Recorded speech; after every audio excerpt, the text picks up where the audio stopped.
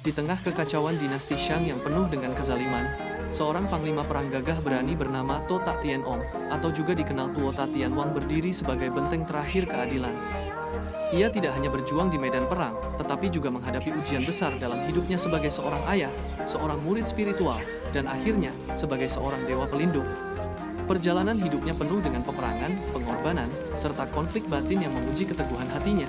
Bagaimana kisah perjuangannya berakhir? Inilah perjalanan To Tak Tianong, sang jenderal yang ditakdirkan menjadi dewa. Dalam kisah Feng Shen Yanyi, atau kisah penganugerahan dewa, diceritakan tentang seorang panglima perang bernama Li Jing atau Li Cheng yang kemudian dikenal sebagai To Tak Tianong, Tuo Ta Tianwang. Ia adalah seorang jenderal gagah berani yang bertugas di Chen Tangguan, benteng perbatasan yang menjadi pertahanan utama kerajaan, perjuangan melawan dinasti Shang. Pada masa pemerintahan Raja Zhou Wang, penguasa terakhir dinasti Shang, terjadi banyak kezaliman dan kebrutalan yang menindas rakyat.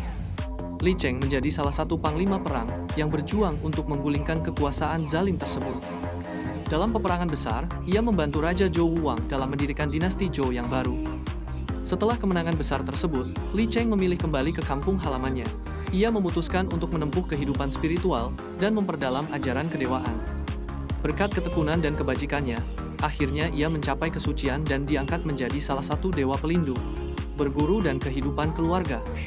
Selama masa hidupnya, Li Cheng berguru kepada Due Zhenren, seorang pertapa sakti yang menguasai berbagai ilmu spiritual dan kedewaan.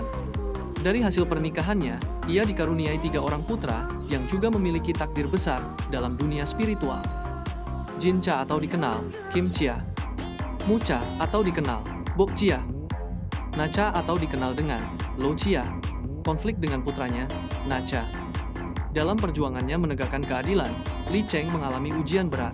Saat ia memimpin pasukan melawan pasukan Raja Zhou Wang, ia mendapati bahwa salah satu lawannya adalah putranya sendiri. Na Cha, yang memiliki kekuatan luar biasa dan ilmu sakti yang hebat, bertempur melawan ayahnya.